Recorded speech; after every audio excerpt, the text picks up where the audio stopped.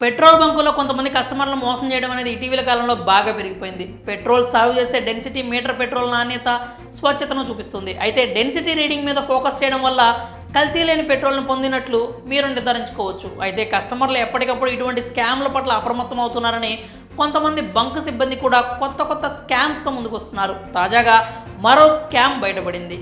దీని పేరు jump trick scam.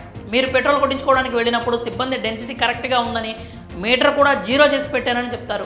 ఇక్కడ వరకు బాగానే ఉంటుంది, బంక్ సిబ్బంది నిజాయితీగా ఉన్నాడే అని అనిపిస్తుంది. కానీ డెన్సిటీ మీటర్లో అమౌంట్కి సంబంధించిన నంబర్ అనేది వేగంగా పెరిగిపోతూ ఉంటుంది. జంప్ ట్రిక్ స్కామ్లో మీరు డెన్సిటీ మీటర్లో చూసే నంబర్ సడన్గా స్కిప్ అవుతూ ఉంటాయి, సడన్గా ఎక్కువ నంబర్కి పెరిగిపోతూ ఉంటాయి.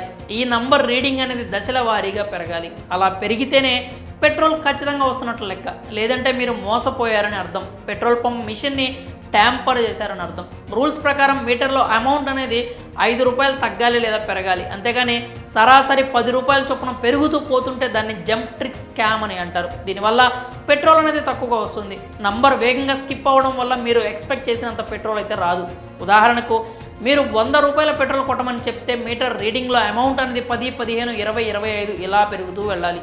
అలా కాకుండా 10, 20, 30 ఇలా పెరుగుతూ వెళ్తే అక్కడ ఏదో స్కామ్ జరుగుతోందని అర్థం. కాబట్టి పెట్రోల్ బంక్లో జరిగే ఫ్రాడ్స్ పట్ల అప్రమత్తంగా ఉండాలి. ముఖ్యంగా density meter jump trick tampering పట్ల అవగాహన పెంచుకోవాలి. మీటర్లో జీరో ఉంది కదా అని సంతృప్తి చెందడానికి వీల్లేదు, ఎందుకంటే ఇప్పటికీ ఇది ట్యాంపర్ చేస్తున్నారు. డెన్సిటీ మీటర్ అనేది నాణ్యతను, స్వచ్ఛతను చూపిస్తుంది. కాబట్టి ఎప్పటికప్పుడు గమనిస్తూ ఉండాలి. డెన్సిటీ మీటర్లో నంబర్ స్కిప్ చేయడం ద్వారా జంప్ ట్రిక్ స్కామ్ అనేది జరుగుతుంది. కాబట్టి దీని గురించి మీరు తప్పకుండా తెలుసుకోవాలి. పెట్రోల్ని పంప్ చేసే నాజిల్ విషయంలో కూడా జాగ్రత్తగా ఉండాలి. ఈ నాజిల్ అనేది ఆటో కట్ అయితే పర్లేదు, ఒకవేళ మాన్యువల్ అయితే బంకు సిబ్బంది ఆపి ఒత్తిడిని తగ్గించవచ్చు. ఈ కారణంగా ఫ్యూయల్ అనేది తక్కువగా వస్తుంది. మరి ఈ విషయాన్ని షేర్ చేసే ఫ్రెండ్ అండ్ ఫ్యామిలీ మెంబర్స్ని అలర్ట్ చేయండి. బంకుల్లో జరిగే జంప్ ట్రిక్ స్కామ్స్పై అవగాహన పెంచుకోండి.